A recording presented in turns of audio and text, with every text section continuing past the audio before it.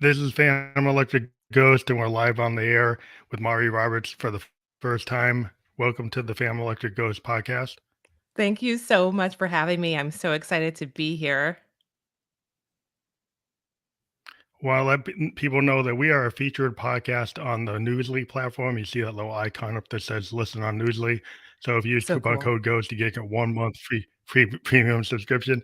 And yeah, again, we're a featured podcast on that platform, and we'll be on Newsly later tonight with the audio version of this podcast. We want to let people know this is actually episode 916 of the Family Electric Ghost podcast. Amazing. And this episode, we're going to focus on this topic that we're bringing up right now, living your passions while having a 9 to 5. Hint, you don't have to quit your job. So that's where we'll start it. And maybe however you want to start with that topic, I I'll love let it. you take the floor for that. Yeah. So, um, I'm Mari Roberts, and as you all can see, I'm a psychic, energy healer. I call myself a life purpose activator just because that's what I really am here to do is help you connect to your purpose, whatever that may be. And personally, I went through a situation where I was in a soul sucking job, and I'm sure anyone watching uh, may be able to relate to that, has a friend who's been in a soul sucking job, whatever it may be. And through my journey of being in this job that was not great, I realized that I also wasn't connected to my passions anymore. And I was really just disconnected in general. And so, what typically happens when we are working 9 to 5 and we realize we're disconnected from our passions, we get told that, well, it just means that you burn it all down, you quit your job, and you go and pursue your passions. But not all of our passions are related to making money.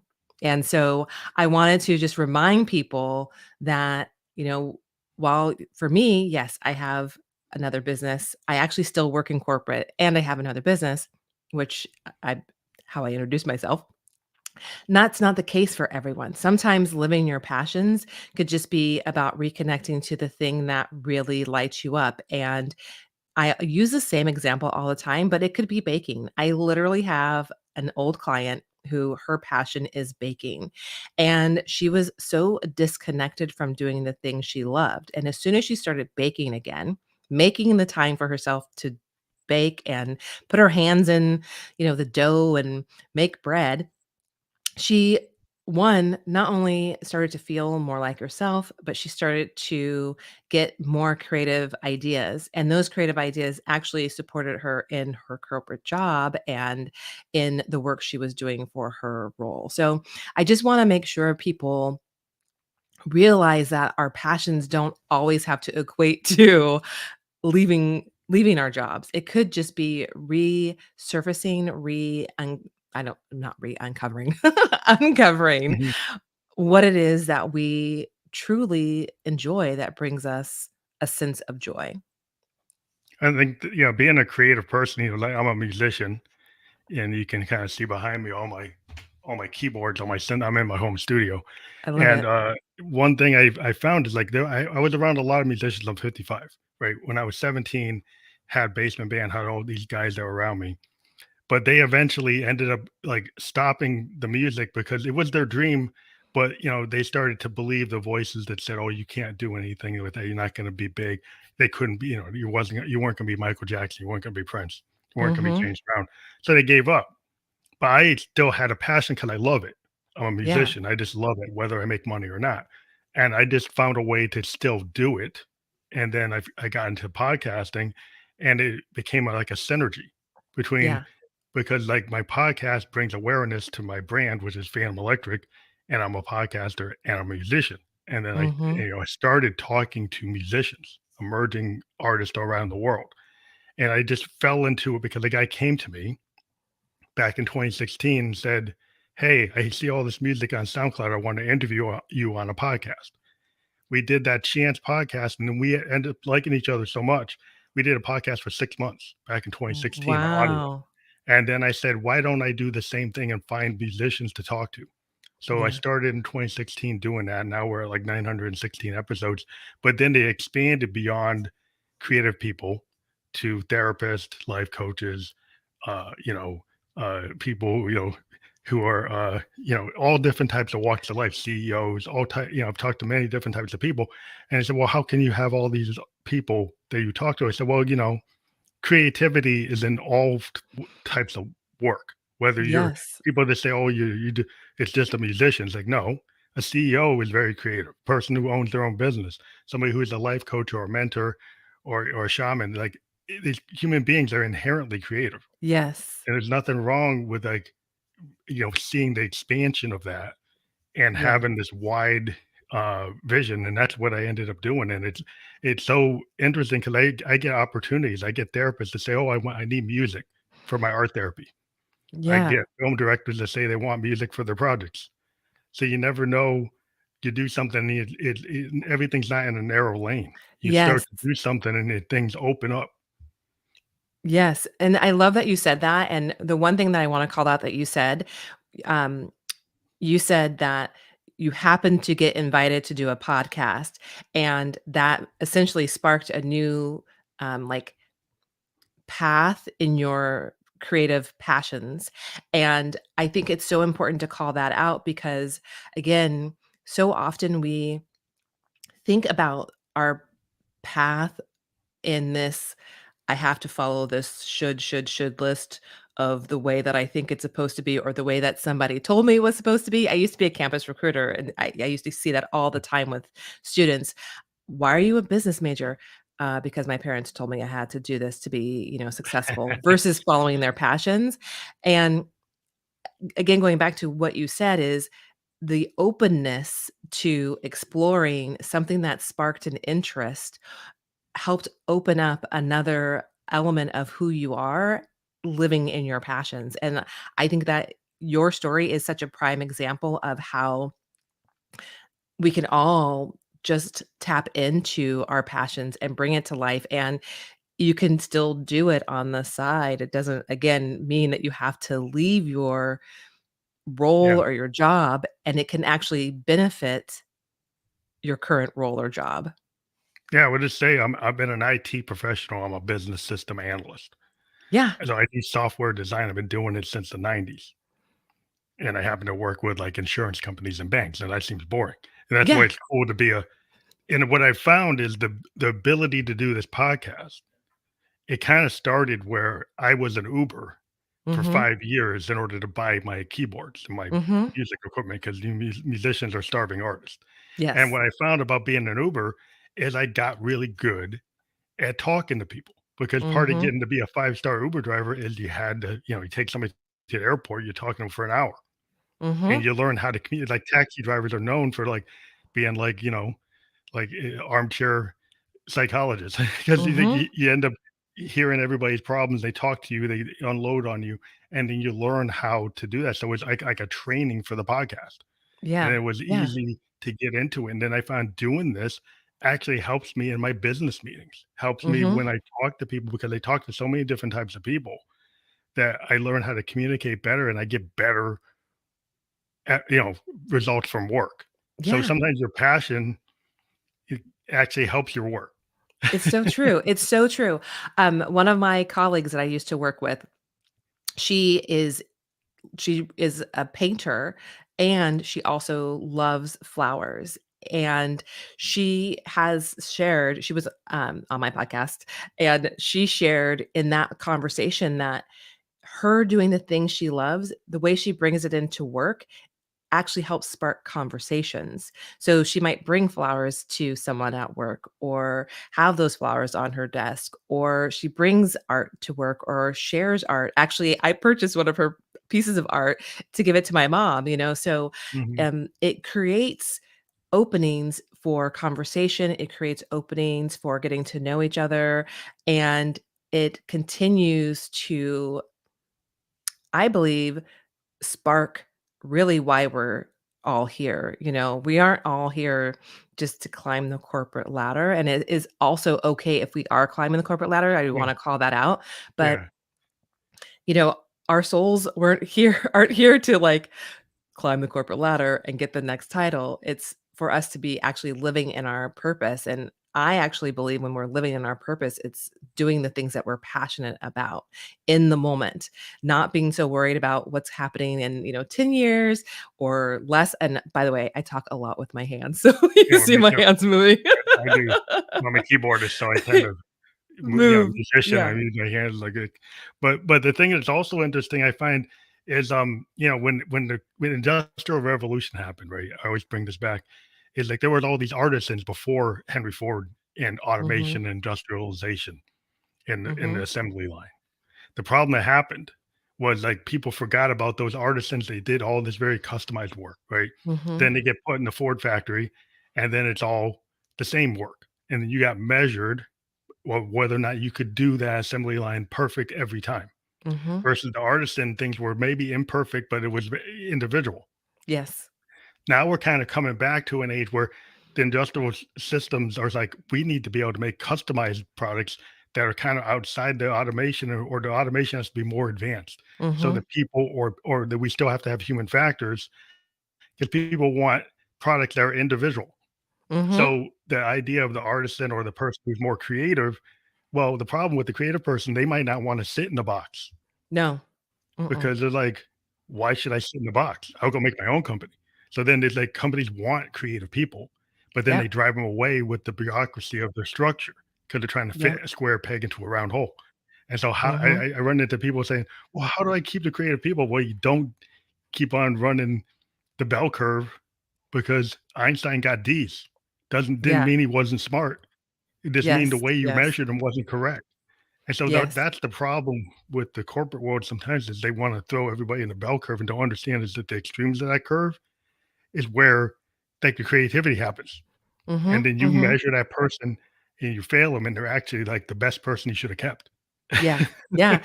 And I think too, just, I've been in corporate for a while. I'm still in corporate, and I do think it's important to remember that there is this opportunity that we have to look really at people and their skills. And I know companies want to do the right thing and they speak to bringing skills to the forefront, but it hasn't actually really happened yet. And I think an invitation for all of us is, if you're in corporate, how can you look at your skills and think about how you can bring them and highlight how you can bring them? Because sometimes, just the way the system is, it is hard for the system to move, but you can help by sharing and highlighting and even ensuring that, your manager knows what all of your skills are. Because a lot of times they may not even know what your skills are. They may only know what is on paper as your skills, but they may not know all the other great things that you could do, which could lead Yeah, to what side projects. Yeah, which could lead to side projects, which could lead to, different roles in ERGs, employee resource groups. So there's ways to bring your passion, I think, into the corporate space, as well as ways to highlight your skills and not get super discouraged if where you are doesn't know how to kind of mold to it. You can kind of help them sometimes. Yeah, I guess my solution was, I played the corporate game with a lot of Fortune 500s, and I ran into a lot of structural problems, so I became a consultant, Mhm. where it's kinda like you're working like a startup type of situation all the time. Mhm. And in Mhm. those situations, they let you do what you ever, if one day you're a manager, one day you're an architect, one day you do whatever you wanna do, Yeah. but or what you can do, because you don't have the bureaucracy. Yeah. And it's kinda like if you want corporate America to understand, like, if you operate like the startup operates, and you operate like the consultants that talk to the C-level people, the high level people. Well, if you gave your employees the opportunity to behave like those consultants, you would actually see people stepping up. Mhm. Mhm. I Yeah. think that's where the mistake is sometimes, like, where the employee can't be the only one to bring it up. Yeah, yeah. No, they can't, they can't. However, it takes time, and sometimes it's that bottoms up noise, and then when I say noise, I mean it in a good way, but that bottom up rumbling that can help drive the bigger change for sure, I think. But I just really love how you even talk about how you've weaved your passions through all the different pieces of your work. You know, I feel like you are a prime example of living your passions in different elements of your life and seeing how they all can come together. Yeah, I think that's what I've always found is like fear is the factor, right? A lot of Mm, times, like the individual, you don't step up because it's a dream, right? Like a lot of people, like I'm a musician, right? When I was a young musician, everybody says, well, you can't go to college for that because you won't make any mm, money. So, I went to college for something else, but I kept my passion as an artist and I kept going. And that's a yeah. very hard thing to do because there's a lot of people telling you not to do it, Yes, yeah, right? yeah. There's a lot of, I'll say, noise that keeps us from feeling confident that it's okay to trust that nudge within us to continue on with our passions, whatever they may be, and, I have shared this with others sometimes you have to keep it close to your heart too, right? Like, maybe not everyone needs to know that you're still going to pursue your musical passions or, that you're going to pursue something that maybe they don't understand because they don't actually need to understand, you know? So, how can you continue to move forward without, um allowing other people's opinions to get in the way. You know, I'm a psychic, Yeah, I'm an it's like energy I think healer. it's like the weaving. Yeah, I think the thing what I did is I actually created 2 different LinkedIn profiles. I Mm, have my mm, my corporate profile that has nothing but my work for the yeah, last 30 years, and then I have yeah. my artist profile, and that's why I'm kinda known as Phantom Electric Ghost, and people don't usually know my first name, because my Oh, stage name is Phantom Electric, and uh, Phantom Electric goes with the experimental music and podcasting and music production, so it's a totally different person. It's me, but I yeah, decided not to merge them because I found yeah. out early on when I was doing it that merging them caused issues. Because then the corporate people said, Interesting. "Well, then you're not gonna be focused and you're not gonna." Then they didn't wanna bring you in because they thought, "Well, you're a musician, you're not gonna be on time." So they had all these Mm, preconceived notions, and then I didn't need them to have those. So I kept it separate to the point that I don't even say my first name because it keeps it really separate. And so yeah, and it's compartmentalized, and some people say, "Well, how could you do that?" But I've been successful with that, and maybe that's my approach, it's my solution.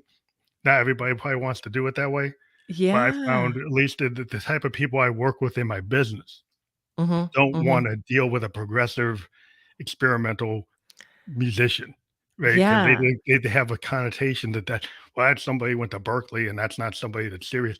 I mean, I went to Bowdoin, Yeah, yeah, and that's so, a good and school.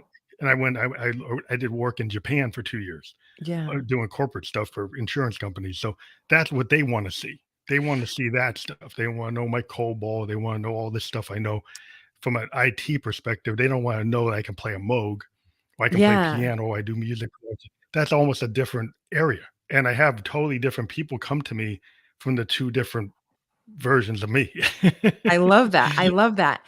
So I did it differently. I actually have it all on my LinkedIn, and when I was first starting out, I kept it really quiet, and I had a friend that I was talking to, and she really just probed a question to me, which was, "Is that in your mind, or is that really true?"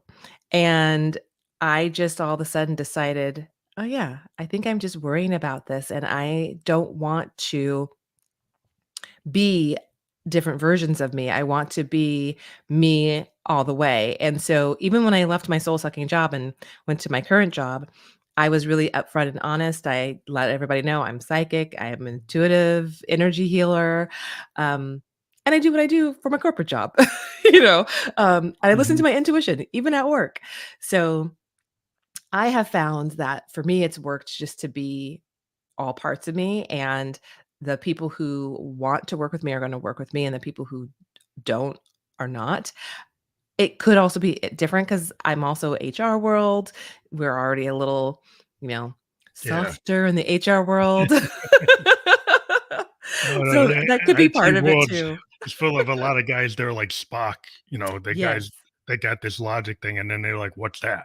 Yes. Right? Yeah. So, I just and maybe if I had been encouraged, you know, and lately I bring it up sometimes the things I do, Yeah. but I don't want it to be a focus because the 10 10 people tend to try to knock things, they kind of hater kind of attitude. Right, So because right, once you become and if you're doing very experimental work like I do, I don't want somebody judging me in the corporate vein by my experimental work, which I want to be free to do. right, But some exactly, people yeah. have certain values, and if they see that type of work, Mhm, mhm. they might have a judgment. If I have something that's political or Right, something that's too avant-garde, then they right. make judgments and it becomes negative. So my experience was as an artist, in order for people not to be trying to censor me, I didn't want that merged. It was Yeah. my own choice. And people have to look at what they're doing to see if it works.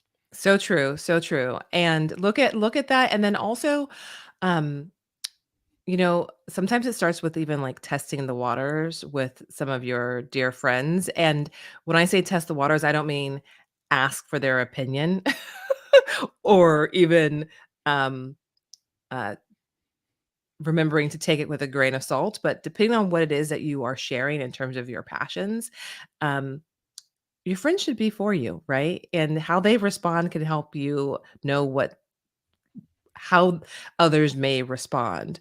So if your friends even sometimes respond like, what are you doing? Okay, again, maybe it's creating, two different identities. Maybe it's also uh,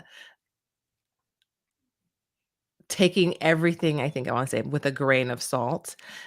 Because sometimes when we change and transform as humans, um, our friends don't always catch on. Sometimes people want you to stay where you are, Yeah, but not I would just everybody comes along.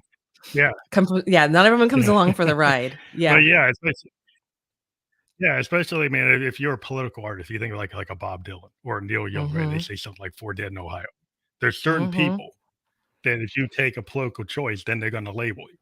And we're in a Yes. very, uh the world, politics, I was a political science major and a sociology major.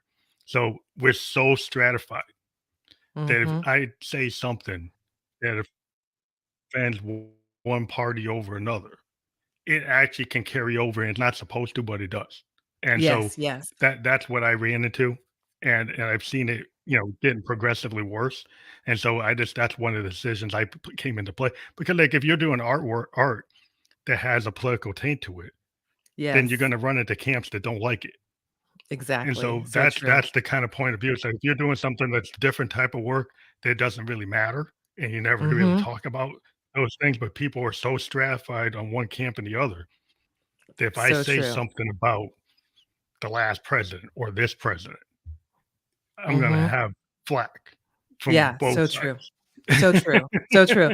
You said something.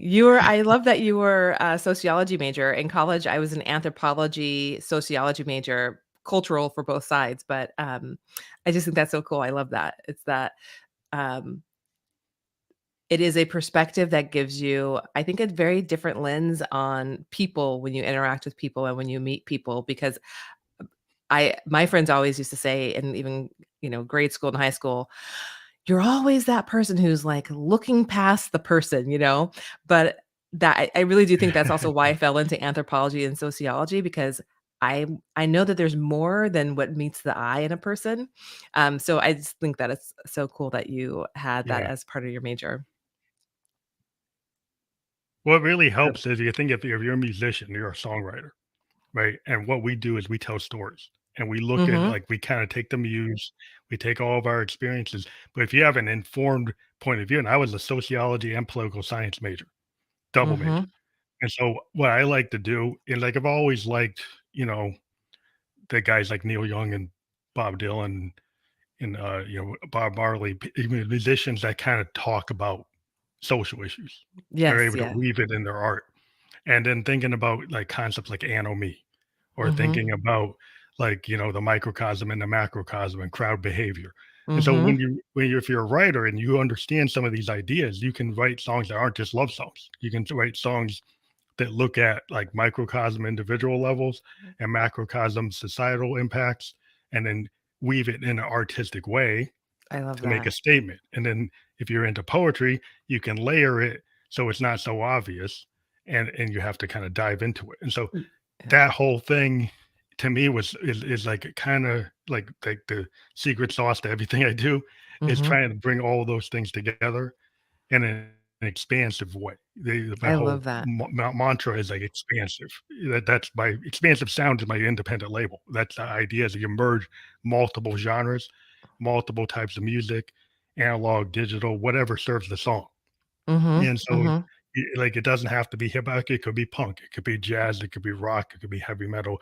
It's Yeah, wherever I'm feeling. If I feel in a disco mode, I'll go disco. If I feel in a punk rock aesthetic, I'll do punk. yeah, So it's kinda like whatever I'm feeling that I think is gonna accentuate the message of the music. yeah, I And love so that. then you don't get limited. And, that's I think and it's always been to me the limiting factors and the fear and, or you're scared what people are gonna think. That's like what the main driver of a lot of artistic work. When I deal with artists, they have these big backlogs of stuff, and Mhm. they're always, like, scared to show it. They'll show the producer and, like, the thing you're so scared of is, like, the best thing you ever did. Yeah, that's And usually the then case. and then you have to, like, give them the confidence. It's like, that's what you should be working on, like, not trying to be like this other guy. Like, Yes. what you have is so unique, and you have a perspective, like, people need to hear this, I love you that you know? said that because that is so true when just in life in general, I feel like, so often we find ourselves trying to, like, be like other people, again, whether it's even in a business, right? It's and what makes us so amazing is our uniqueness, our unique perspectives, our unique way of bringing our art to the world, bringing our passions to the world. And so you even saying that, it's just like, yes, exactly. How can we bring more of our uniqueness out? Yeah, it's such a the thing is, like, as a musician, I've always run into people. Like when I first started playing, everybody just want to be a cover band, Mhm. right? Mhm. And when you first start, that's what everybody wants to do. And it's very hard. And eventually, like if you're an individual and you're a songwriter type person, eventually you get tired of it. And Mhm. you end up seeking people who are willing to take chances. And so Yes. then you end up being instead of a group that's just covering Parliament, you start writing stuff. And maybe you Yes. were inspired by Parliament, but you're actually writing your own stuff. Mhm. Or Mhm. you could be with the guys who are more fearful and they're just going to keep on covering Parliament because that's what Yeah. they like. And that's fine if that's what you want to do. But if you really had a voice and you really want to express something and you find like a drummer that wants to do that and a bass player wants to do that, then that to me that's all what I've always sought out Yeah. are the Yeah. people who are willing to do that, because Yeah, to that to put it me out there. was just more fun for me as Mhm. a musician. That's a choice I made, but I just think I like putting something out that didn't exist, Mhm. Mhm. because it just feels better for Yeah, but for I me. think I think it feels better. My thought is it probably feels better because you're allowing yourself to have your unique expression. And the more that we can allow ourselves to have our own unique expression, the better. And however that shows up, because I bet even outside of music, you have your own unique expression. Um, maybe even in the corporate world, you're probably unique, even though you may not think that you are. I try to do different. I try to challenge people. My whole Yeah. point is like, why should we do? Because a lot of what times the what we do in the corporate world, I'm a designer. I Mhm. do software design. So a lot of times I try to tell people is like, we're creating something that didn't exist, right? So we have to look at like, okay, what are the benchmarks why it didn't exist? Like, Mhm. what are we comparing it to? Well, maybe it's like that, but it's not, right? So then you have to like try to explain to the higher level people what you're doing, Mhm. and then why Mhm. is it taking so long? Well, because we're doing something new, and Yeah. so if you do something that's known, there's some known factors. But when you do something that's not known, well, it's hard to know it when you go to do the quality test that how long that's going to take because you just Mhm. designed something that didn't exist. If Yeah. you try to benchmark it against something that did exist, well, yeah, it takes 2 weeks to test it. But Yeah. if it never existed, it could take 5 weeks to test it.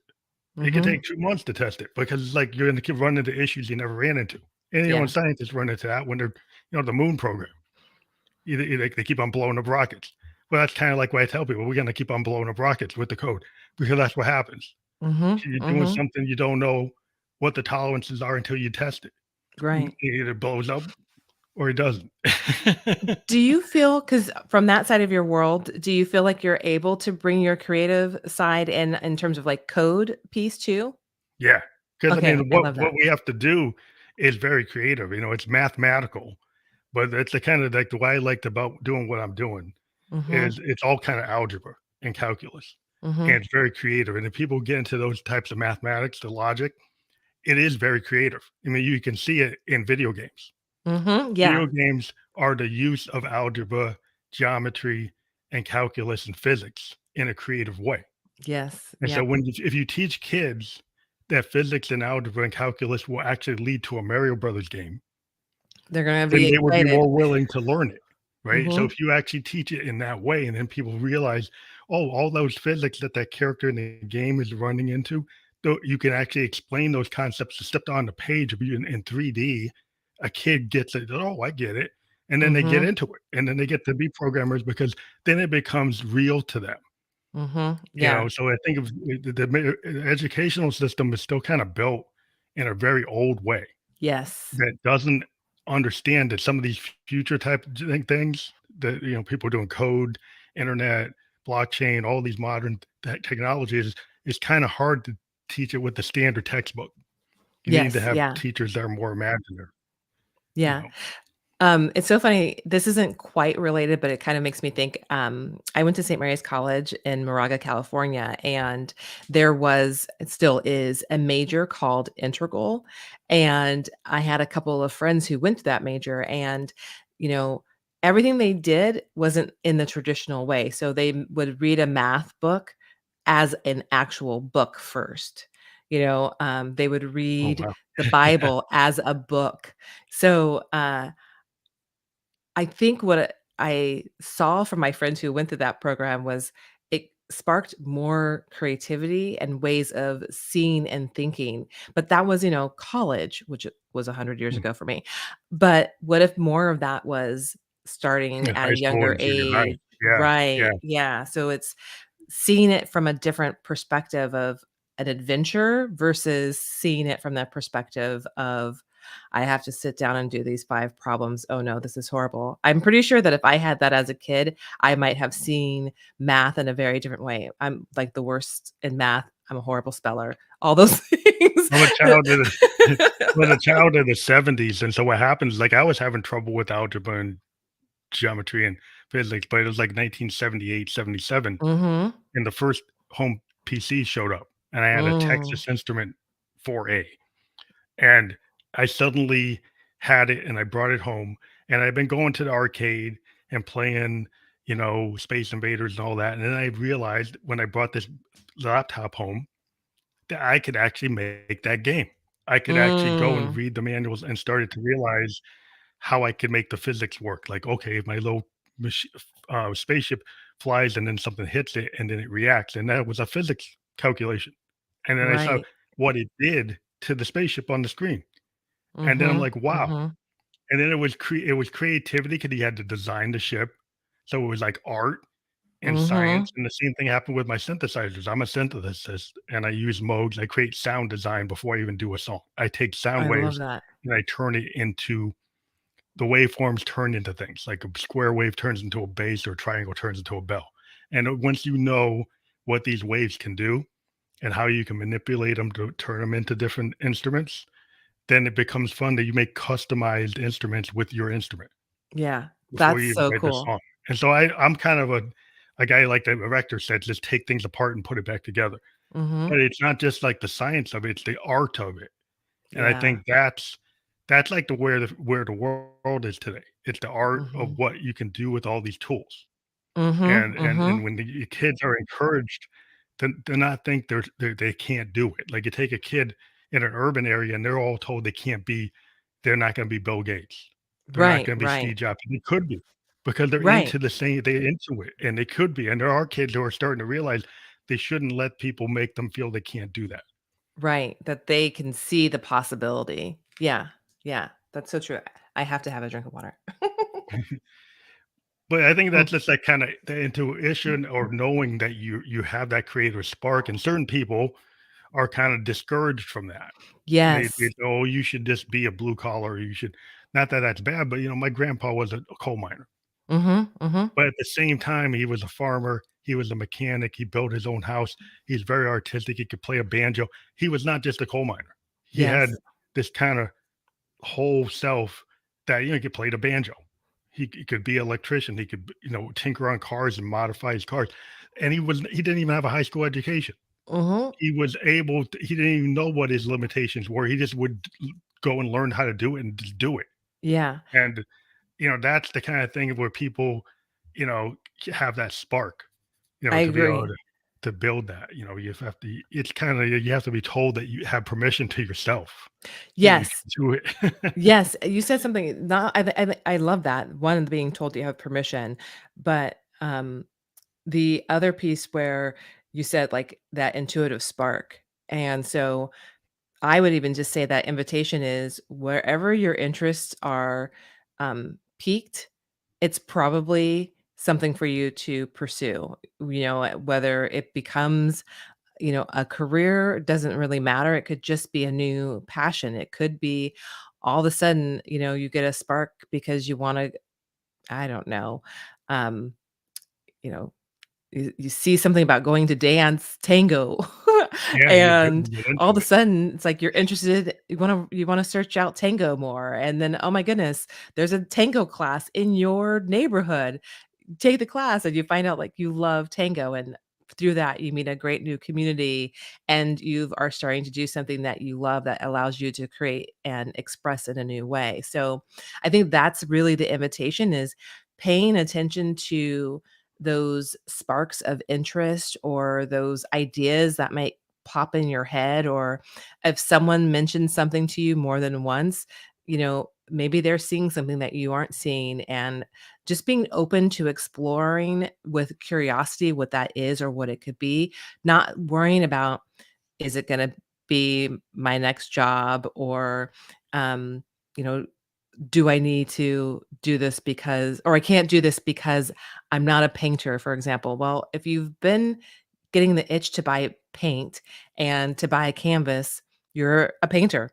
It doesn't have to be perfect, but if it Yeah, makes you feel you don't like have to this go is to really Berkeley fun. and learn how to be a Yeah, painter. yeah, But yeah. I mean, that's the Oh, whole problem. That, like a lot of people, you lose the childlike curiosity as you yes. become an adult, and people tell you that's like being a kid. Mhm. But what I would tell you that the creative people I'm around, you know, and I'm 55, they would say a lot of times we get told that like, you're not acting like a 55-year-old. I said, because I still got that childhood curiosity. Like I Yes. will go and, play with my machines. Like when I was 18, playing with my computer, trying to program something, I get really curious and I'll go and do things that, might be the wrong thing. You Mhm. know, and Mhm. and it's like, try to break the machine and Yeah. see what happens if I, really radically don't use the music theory. Because one Yeah. thing I heard from, like, the Berkeley professors, like, "We teach you all the theory, and then we expect you to go out and break it. Mhm. We expect Mhm. you not to actually follow it word for word, you actually should challenge it." I And love that's that. the kinda thinking when I went to college was, like, the holistic thinking, the Socratic method is, like, you question, like, "Why is Mhm. that true?"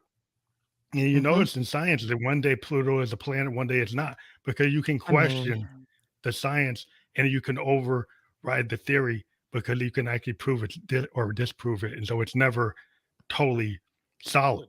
mhm. Everything is open to re-examination. Yes.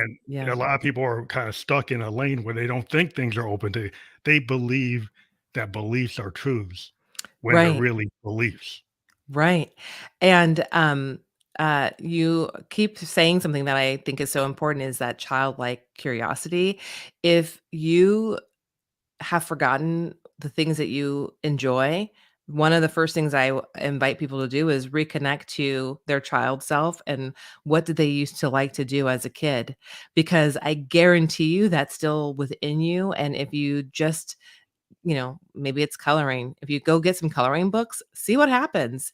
One, you'll probably be way more relaxed and sleep really well, but two, your creative spark may come back on. Or, if you used to do lots of journaling as, you know, a young kid, maybe get a journal, start writing again, see what comes up. Or if you wrote poems, whatever the thing is that you did as a kid or that you enjoyed or were curious about, I guarantee you that that is going to bring out what your passions are, and it's going to really um, create a sense of joy. And I think that it helps people feel more grounded, and at peace because they're doing the things that they really love.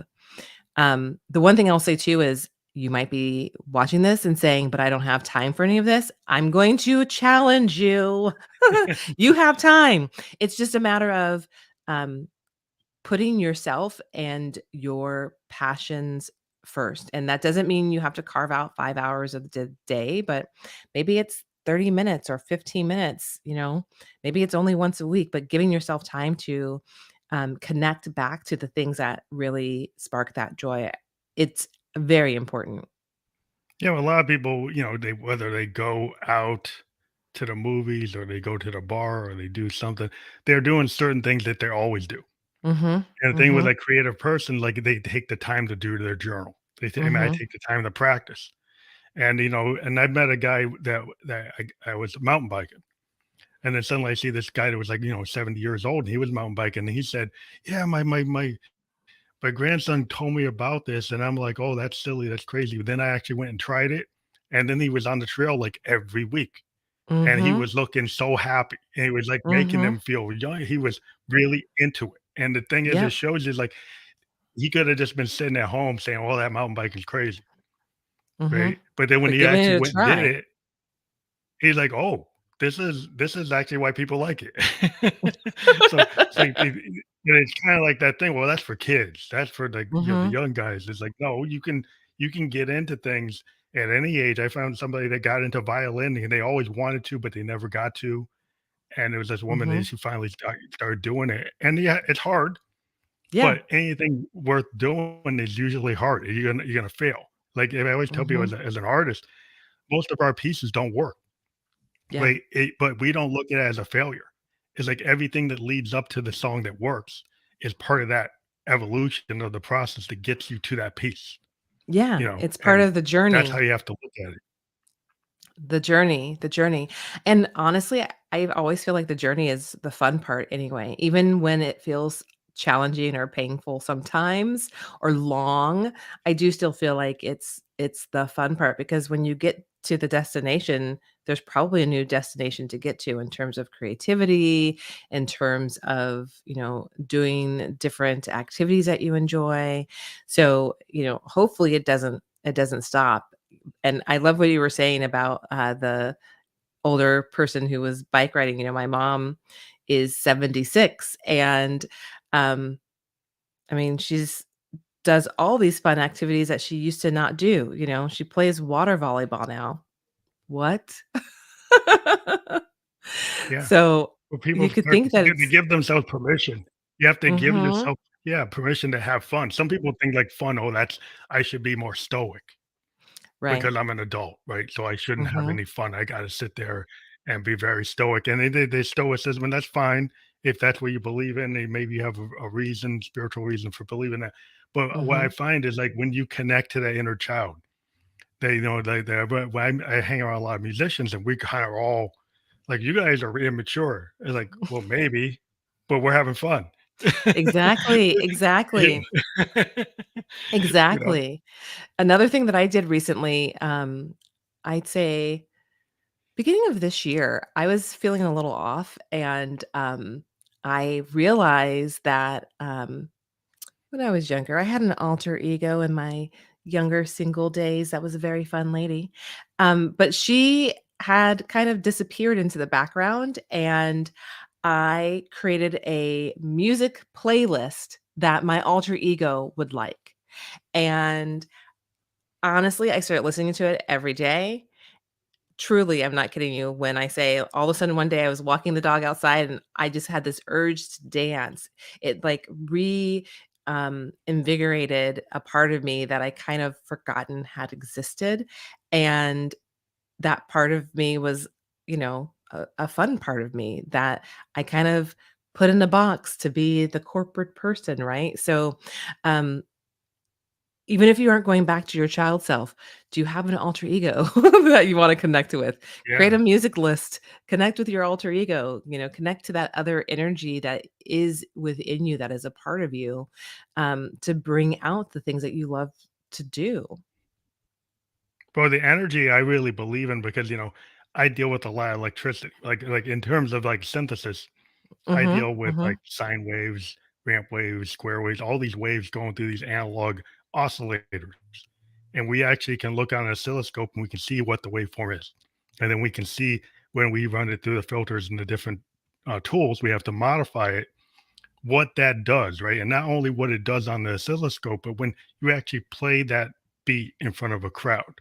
mhm, If you have like a Moog bass line from a Parliament Funkadelic song or a James Brown funk, and he's like, if you play funk, people will start dancing. mhm. If you got a really good bass line, it's almost infectious. People because they pick up on the what I believe is humans pick up on that frequency, Yeah, and it yeah, starts to make them dance. They can't you can't even control it. It just happens. And the yeah. same frequencies you see a band, and all people take out the candles because they're listening to the vocalist. Well, the vocalist is still running sound wave frequencies.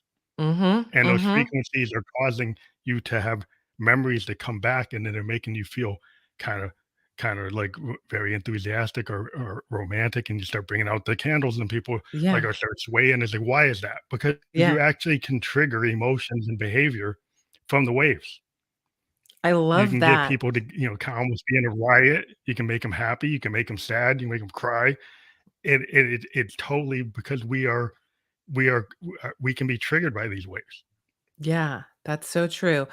Which I love because it's such a great correlation to going and finding that music that can shift your energy and can, reconnect you to joy, reconnect you to creativity, whatever it is. That's such a good, like, reminder and call out, and, um, I don't know why I've never thought about it that way, but I think that's so smart, and it makes so much sense, that it's the energy within the music that is actually, um, shifting you energetically, not necessarily just, like, thinking the music at that sort of high level.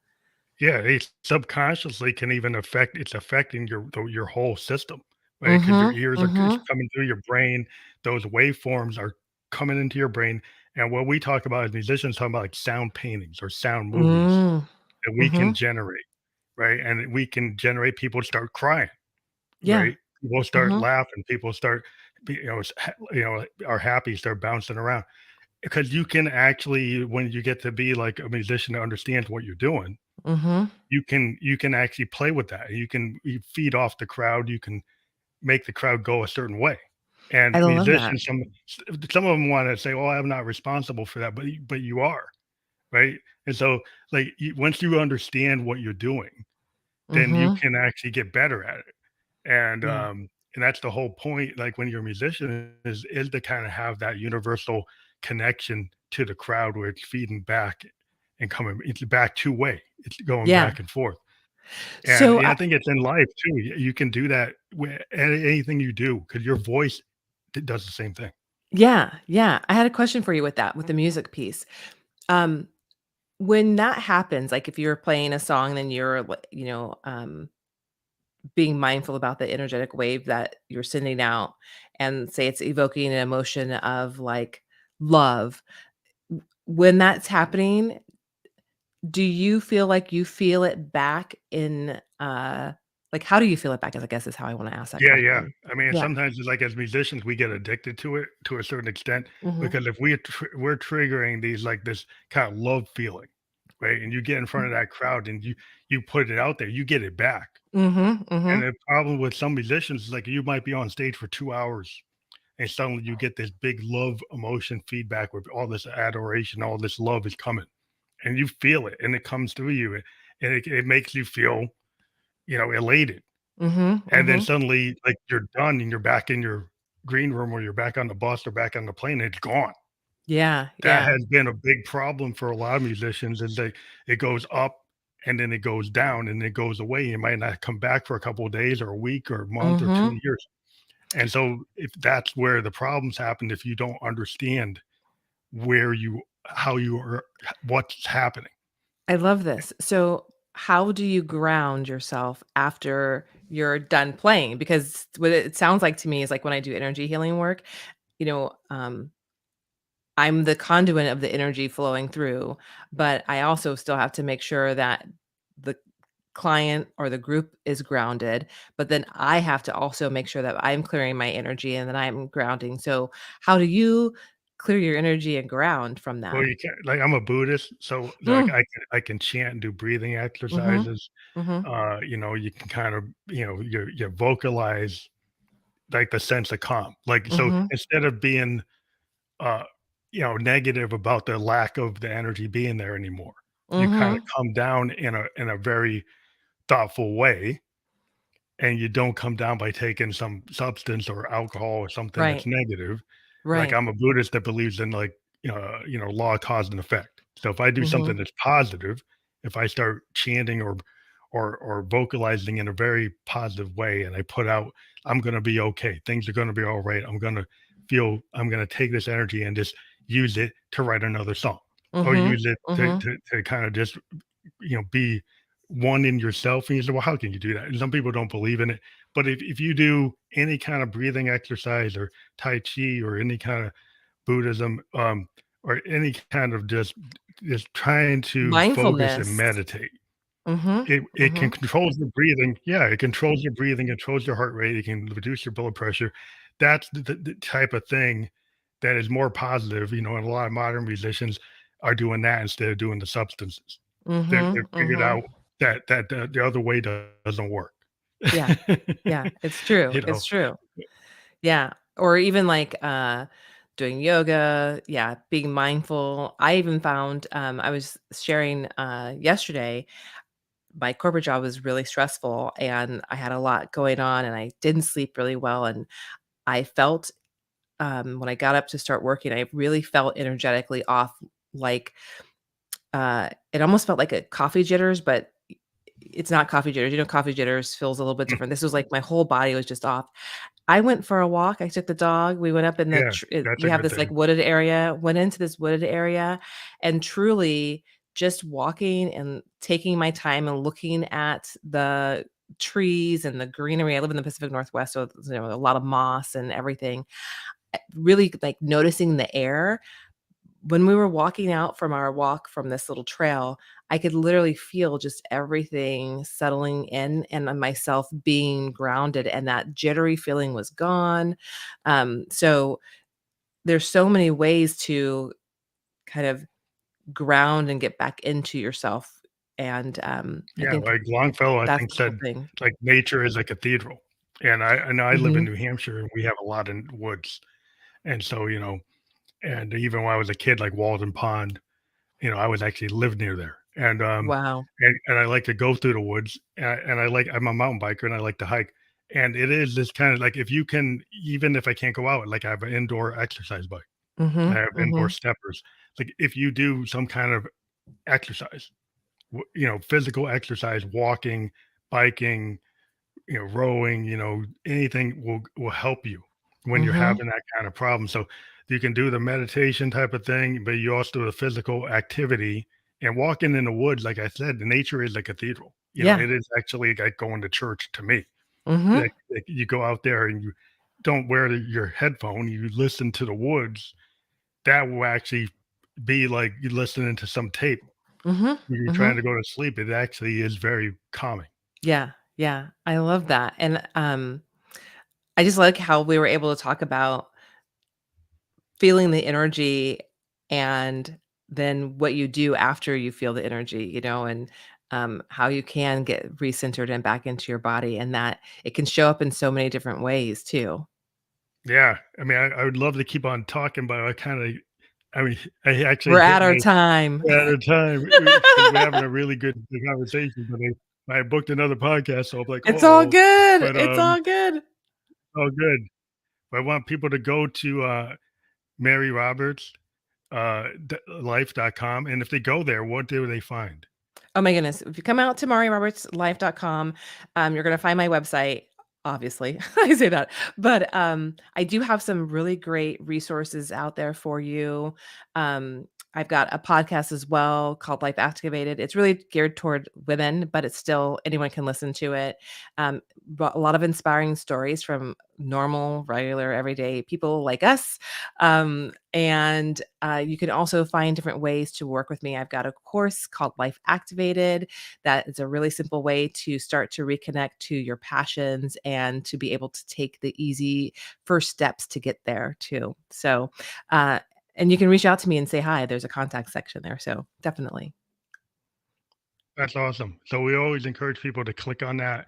When we're fully published, it'll be clickable. Right now, it's not. Awesome.